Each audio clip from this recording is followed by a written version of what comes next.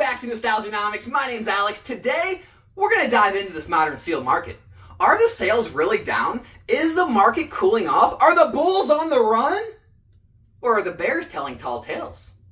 Are the bears wrong for the umpteenth time and they're secretly in their mom's basement with a few tears trickling down their cheeks? I have some numbers you're going to find very interesting on this subject, and we're going to get into that in just a second. But before that, we need to take one quick second to acknowledge the hottest merch in all of Pokemon. That's right, Nostalgianomics merch is here. We got the caps, we got the tees, we even got the hoodies on there for you. The link is in the description and the comment section. Make sure you hop on there, pick yourself something up, support the channel, show your boy some love. With that being said, the shirts, they're all unisex. They're going to fit all you ladies and you guys out there. They're actually a high quality t-shirt. They're not any of that cheap stuff. They're actually going to be fitted to your shoulders and your actual body. I'm about 5'9", 5'10", 175, 180. This is a medium. Gives you an idea of how the shirts fit. The hats are all one size. They have a buckle in back so they're adjustable. Hats come in 2 colors. The shirts and hoodies come in 5 colors. I know everyone out there can find something that fits them and they like, so make sure you hop on there and pick something up. Really appreciate all of the support. And the last thing is I want to say a big shout out to the illustrator that did illustrate this design for me from nothing more than a few paragraphs of me explaining this vision in my head. He made this from scratch. I think it looks great. Basically, all of us here are on that mountain, that throne of sealed product, and we're all sealed kings. Am I right? And so I'm going to leave his link in the description as well. Show him some love if you need any illustrating done.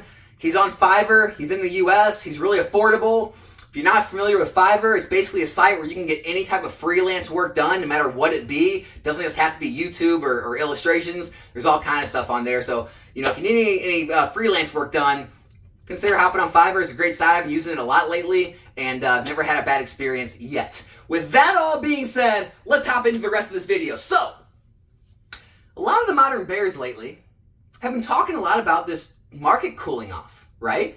And talking about how the economy is really scary right now and all these bad things happening to the economy and the banks are failing and there's wars going on and, the housing interest rates are through the roof and blah, blah, blah. So I actually took a step back, took a deep breath, right? And took a macro view of everything. And sure, there's some wars and things going on in parts of the world. I agree. Sure, there's some local and regional banks that are collapsing, a lot of which, however, had their problems before any of these interest rates and all these changes happened, and it was kind of the last straw that pushed them over the top and actually caused them to fail, but they were doing the greatest before this. A lot of the larger banks are actually doing better now, so that's one thing. The market as a whole is doing pretty good this year. A lot of the tech companies that saw big falls last year, a lot of them have actually had a lot of gains this year already, right? The ones who laid off their employees, they're starting to come back, right? And then you look at the real estate market. You hear, oh yeah, real estate's going to crash and the interest rates are too high, no one can afford it. Sure, younger buyers may not be able to afford as many houses, but I still see stories every day with 100 plus people showing up for open houses. The market's strong. These houses are selling. A lot of places are still selling for over market. Things are going well in real estate. And then you look at Pokemon and you hear the same type of stuff. Oh, Scarlet and Violet, they raised the MSRP, it's too expensive. No one likes silver borders. The hits are too easy. There's a lot of supply right now. Blah, blah, blah.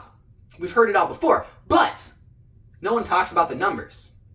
So, how are these sets actually performing? How are they selling? How is the actual Pokemon community responding to it and not this little group of Pokemon investors here on YouTube who thinks everything's doom and gloom all the time? Let me share those with you, all right? So, on just eBay and TCG Player, not Amazon, not all of the online sites, all the online LGSs, not the LGSs, not the Targets, not the Walmarts, just eBay and TCG Player. There were, is that right? 79 Scarlet Violet booster boxes sold yesterday? You heard me right. Yesterday? That's equivalent of about 13 plus cases. If you took that out for the course of a month, you're looking at about 400 cases are moving per month on 2 sites. So when you see these giant warehouses of all these stacked pallets of booster boxes, that's why they need them. Because they're selling like wildfire. Right? Maybe not to the Pokemon investing community that doesn't like, to talk about it, but to the casual collectors, to the players, to the people who actually open it, enjoy the game the way it's meant to be, oh, it's selling. And it's selling well, okay? And what that tells me is, oh, sorry, the other part of that is, most of those are not cases that are selling. There were a few cases. Most all of it were 1 and 2 booster boxes at a time. So most of these people aren't investors, right? Most of these people aren't keeping it sealed. Most of these people are opening it and enjoying the products. Meaning, Scarlet and Violet's getting bought up, and eventually the supply will run low. And if it's a lackluster set, it might not get a lot of reprints. It may be bottoming, right? We've seen the price drops. We're looking on eBay anywhere from like $630 to $650 a case. We may be in that hot zone where it might be time to buy. I'll tell you why. Before the MSRP rise, distributors usually sold their boxes to most stores for in the mid-80s, right? And we used to look for boxes in the mid-90s. That'd be a good price to get in. Well, now stores are paying about mid-90s, $95, $96 per box. So we should be looking at the same ratio, get in like the mid-100s, right? Well, that's around what those boxes are going for if you buy by the case. They're going for that 106, 107, 108 a box right now. Meaning, things could be bottoming. They may go lower, but if you're looking to get a large amount of product, could be a time to start dollar cost averaging in. If you're looking for just one box or one case, it still could be a good time. It may go lower, it may not. We may see a drying up of the product soon. I don't know. But then we look at kind of the sets before that, the Sword and Shield era, right? Sales are slowing. Are they? Go look at any one of those sealed boxes for any one of those sets in Sword and Shield. Look on TCG Player, look on eBay. They're selling multiple every single day. You seen Lost Origin? It's up to 170s. $175 a box for Lost Origin. It's now the 4th most expensive set now that Brilliant Stars took that little price drop because of the small reprint restock. So now you got Evolving Skies, base set, Rebel Clash, and you got Lost Origins fighting for Rebel Clash's 3rd spot of the most expensive set in Sword and Shield now. Oh, by the way, all the other Sword and Shield sets, they're mostly staying pretty steady, if not slowly rising still. The market's strong. People are buying. The sales are happening. Now, I know there's some turbulence in the singles market. There always is, right? There's always turbulence, especially in the modern singles market. But the cards are still selling, are they not? People are pouring money into Pokemon. Here's the thing a lot of people don't realize. No, most people don't step back and take that macro view. They get so caught up in these small parts of negative news and they hold on to it like it's true of everyone.